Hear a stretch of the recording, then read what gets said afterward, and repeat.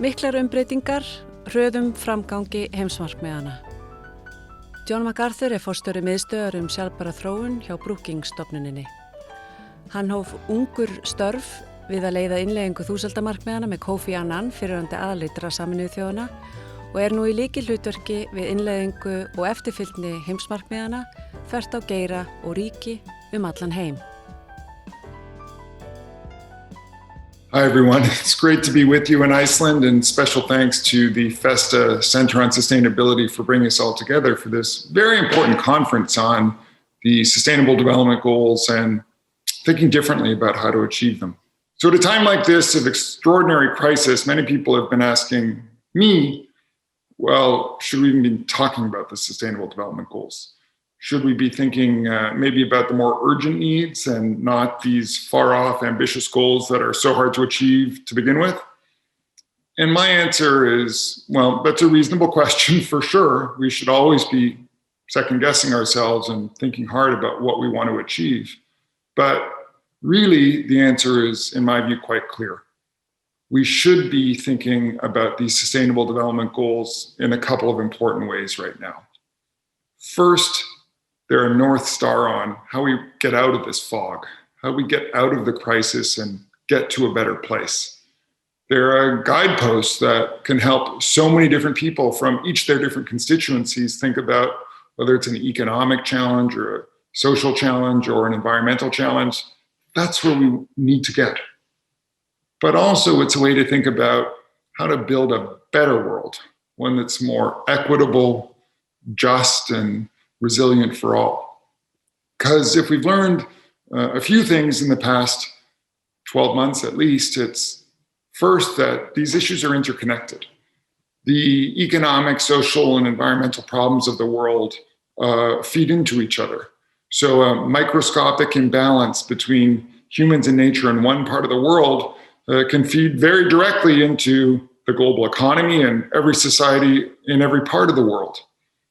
We also have learned that normal, whatever that meant back in 2019, clearly wasn't such a good place.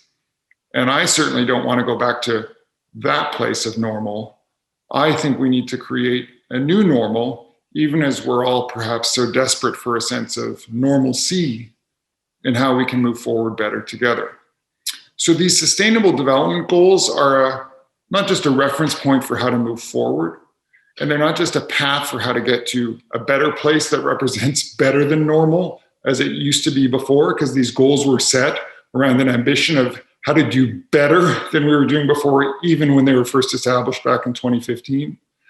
But they're also a reference point for getting us all on the same page, literally and figuratively, from all of our different backgrounds and all of our different perspectives on where are we commonly trying to go. Part of that thought, that reflection, and that suggestion comes from a process called 17 Rooms that some colleagues and I at Brookings Institution and the Rockefeller Foundation have been co-chairing for the past couple of years to pull together people from each of these 17 different SDG constituencies to think about not just what needs to happen in the big picture in the long-term future, but what are some good next steps that could be taken through cooperation, say next year, to help things move forward.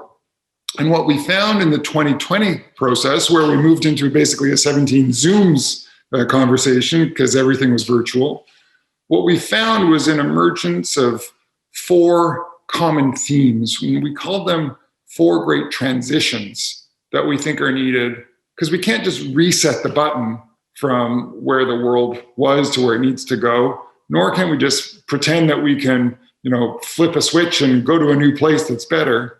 We need to think about putting in the work around emergent trends that are starting to take shape, but need a doubling down of effort, a doubling down of policy action, a double down of practical action in order to succeed.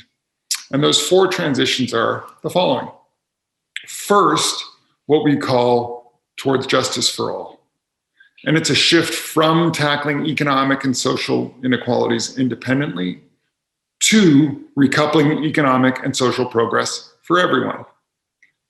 The second transition is what we call towards blue-green replenishment. It's a shift from valuing natural capital at the margin to actively stewarding nature at scale.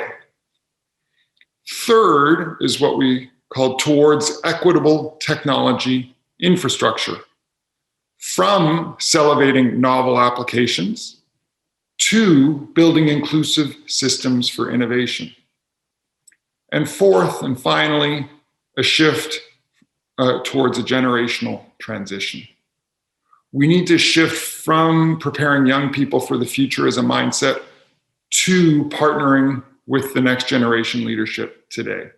We need intergenerational collaboration in order to move these issues forward.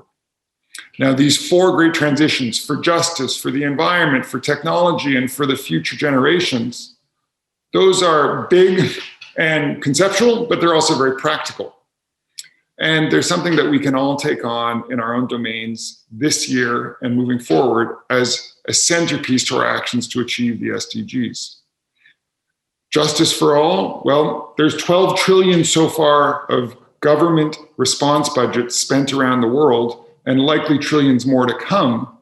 We can make sure that those trillions of dollars are spent equitably and justly with transparency towards those who need the resources most, and to make sure that people who need the resources most have a say in where they're going and how they're being used. Blue-green replenishment, well, we have the Climate COP later this year, the UK hosted event in Glasgow, which is the major checkpoint on the Paris +5, now +6 check-in on the Paris Agreement. It was so historic in 2015. This is a chance for countries to re-up their ambition and finally, hopefully, make a dent through pinnacle cooperation towards reversing the scourge of climate change. We also, of course, have the Convention on Biological Diversity meeting this spring in China. There's an opportunity to set so-called 30 by 30 targets for 2030, which is to protect 30% of the land and sea for biological conservation by 2030 as a centerpiece to ensuring we have the environmental underpinnings that can allow all of our societies to succeed around the world. For equitable technology, we of course have the miracle of scientific collaboration that's provided these new vaccines this year. That can now take a new approach to ensuring equitable access for all around the world, but also we have new digital platforms and technologies that can provide new ways of intermediating information in a way that everyone doesn't just have access to, but publics also can trust. And this will be a major frontier of effort moving forward. And finally, towards the next generation, we need cooperation on all of the above, but we also need to be working with young people today to build their skills, to support those who might have more resources or wisdom or experience, to partner with them to build their skills and make the decisions today that their generation will be leading on.